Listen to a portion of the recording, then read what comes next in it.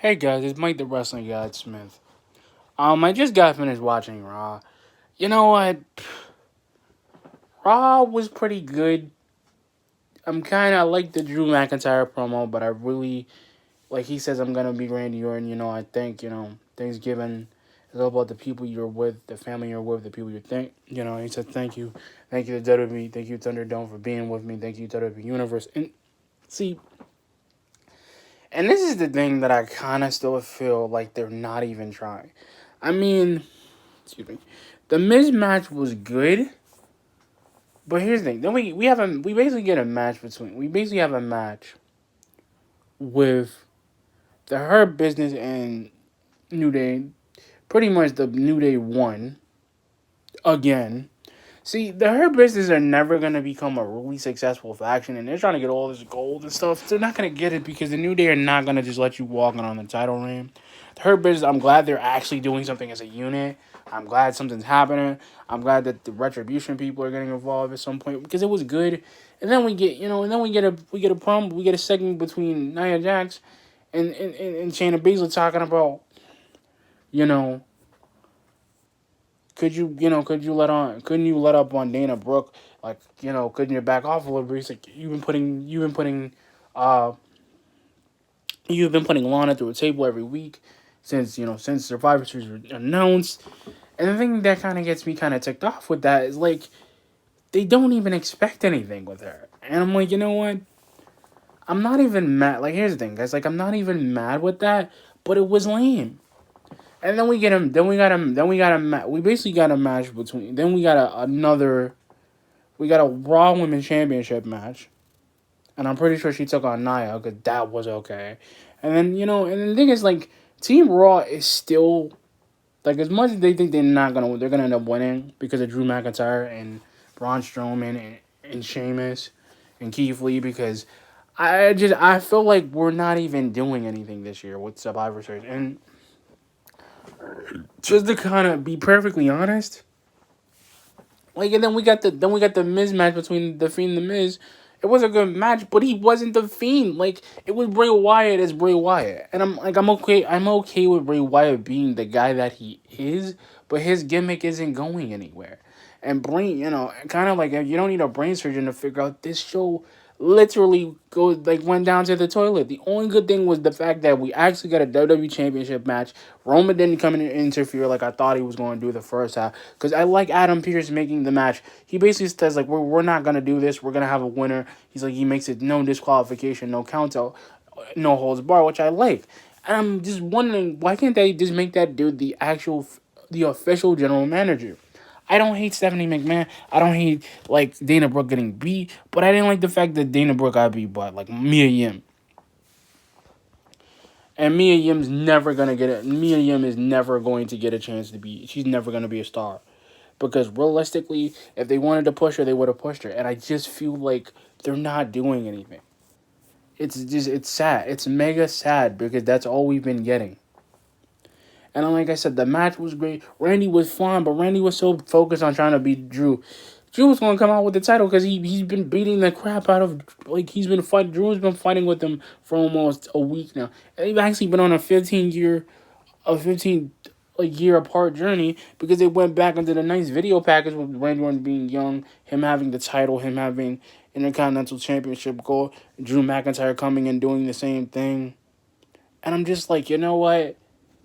It was okay, but this is the thing I got kind of tired with is that Raw. I felt I'm gonna be honest, guys. Like Raw was a C plus, and I'm gonna give it a C because I felt really really bored. I feel like they're not even pushing the Hurt Business, and they are a good faction. They are not even trying. The New Day is consistently becoming boring because we've seen them win 1,000 times. It's Asuka, which I really hope they give her something, and I'm hoping she beats Sasha, because I would love it if she beats Sasha. I would love it, because I would love to see that match again, because we didn't really get a proper match with her. I would kind of want to see that. I really want to see, like, Asuka beat her with the bank statement. I kind of want to see Bayley get involved at some point. I kind of do want to see that. I want to see the Drew McIntyre versus Roman, because I think Drew is literally going to kick the crap out of him. because I don't know. I really don't like that Roman Reigns is literally becoming the literal the Brock Lesnar, but he's defending the title, which really doesn't make any sense. And it's just it's I'm sorry guys, it's just hard for me to pay attention when I know that the only reason Raw is gonna win Survivor Series, and I'm calling it, is because of the fact that they don't try. It's because of people trying to book this, like literally trying to book these dudes, and they don't know what to do. They don't know what to do with the Hurt Business because literally it's literally nothing what they can do with him. Cedric Alexander went from being a literal nobody to being in the Hurt Business. Now we see that dude more on TV than Shelton Benjamin. Shelton Benjamin comes back, doesn't get anything. And I'm just like, bro, like if I would have been even with the SmackDown thing with the Alpha Academy, I would have been fine with that if they booked them right. I would have been fine.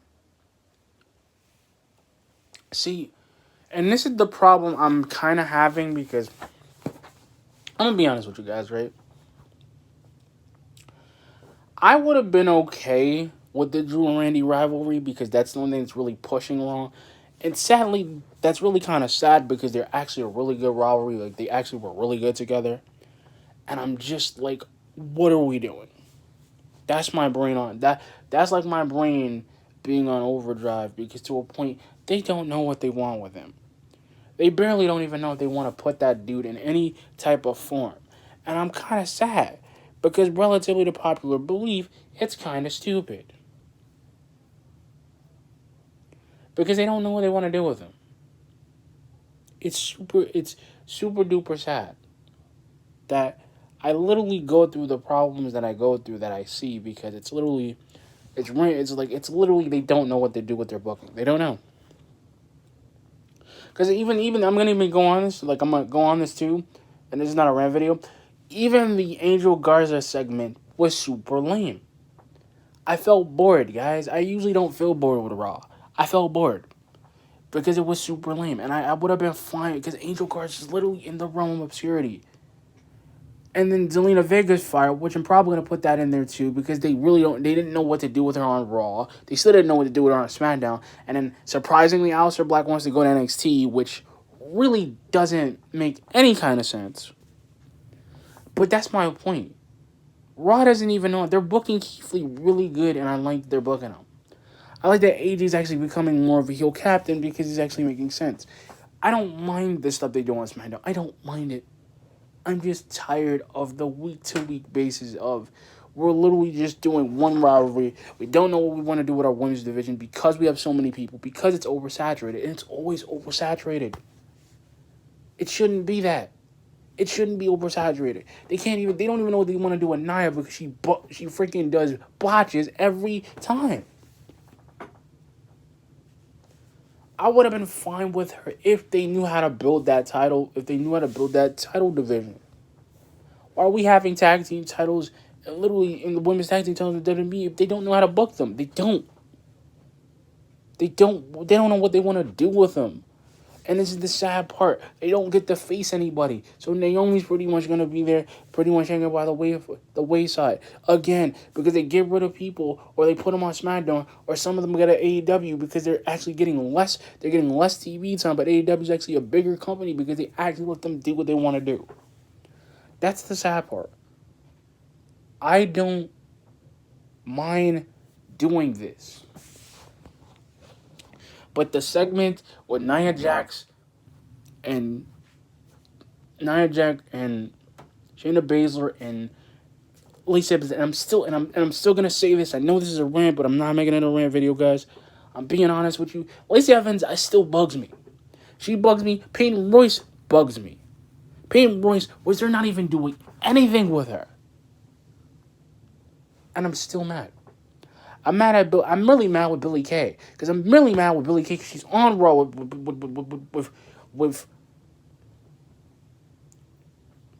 with Lacey Evans, and I like her. I just want her to be champion. I just want her to get something instead of getting nothing. That's the problem. They relegated her. She was too green when they brought her to Raw in the first place, and that was a year ago. That was 3 years ago. They brought her to Raw, and she hasn't freaking got nothing for it. How does Retribution get all the TV time and we like them and they're getting booked really well because they got Mia Yim, they got Mustafa, and that's the joke. We keep getting booked nothing, and nothing. So even if Charlotte does come back at some point, which I don't even think she is, it's gonna change again. Because Asuka's gonna beat her at WrestleMania again. Because Charlotte doesn't understand she's been defending that belt for nothing. So pretty much she ended on a great career, knowing that they could have did something with her and Andrade because they're married. They could have worked something with Zelina and Aleister because that would have been something, and that should have been something in NXT. That way they could have built something and kind of gave her something. Nope. Then we get the weirdest. Then we get the Alexa Bliss thing with Bray. You know, with the Bray match. I like Bray Wyatt, but I like him as the Fiend. I like that. Like that's what I felt, guys. Honestly, I'm just gonna reiterate, Raw was a solid C+. C-, because you know what? For all the money they bet on, every time we think we're gonna get something new, we don't. And I'm not making this a rant video, but I'm being honest, guys. It wasn't worth the money. It wasn't even worth the time because they give us 3 hours. 3 hours for what? For 5 matches that y'all could have booked. That you don't give us a women's division that actually has a little bit of flair. But look at Bianca Belair. She goes to SmackDown, she does great. They're never going to give her a title shot. They don't want to book her as anything, and I'm mad that they don't want to book her. But I'll get on that when I get my SmackDown review. But anyway, guys, like, comment, subscribe. Peace.